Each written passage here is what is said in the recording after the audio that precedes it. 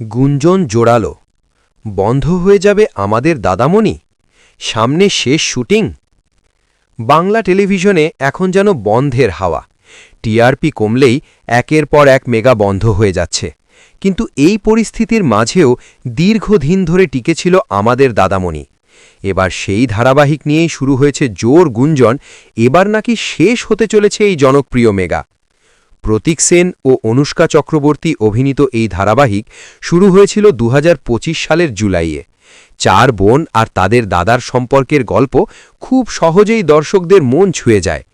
প্রথম দিকে প্রতিযোগিতায় কিছুটা পিছিয়ে থাকলেও ধীরে ধীরে দর্শকদের ভালোবাসায় এগিয়ে যায় দাদামণি, এমনকি রানী ভবানীকেও টপকে যায় একসময়।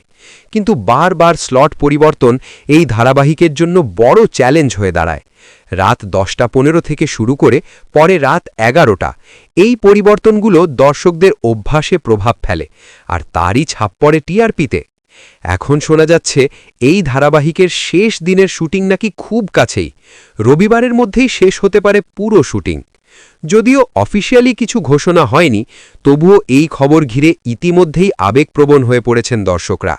যদি সত্যিই শেষ হয়ে যায় আমাদের দাদামণি, তাহলে বাংলা টেলিভিশনের আরও একটি পরিচিত গল্পের পর্দা নামবে খুব শিগগিরই।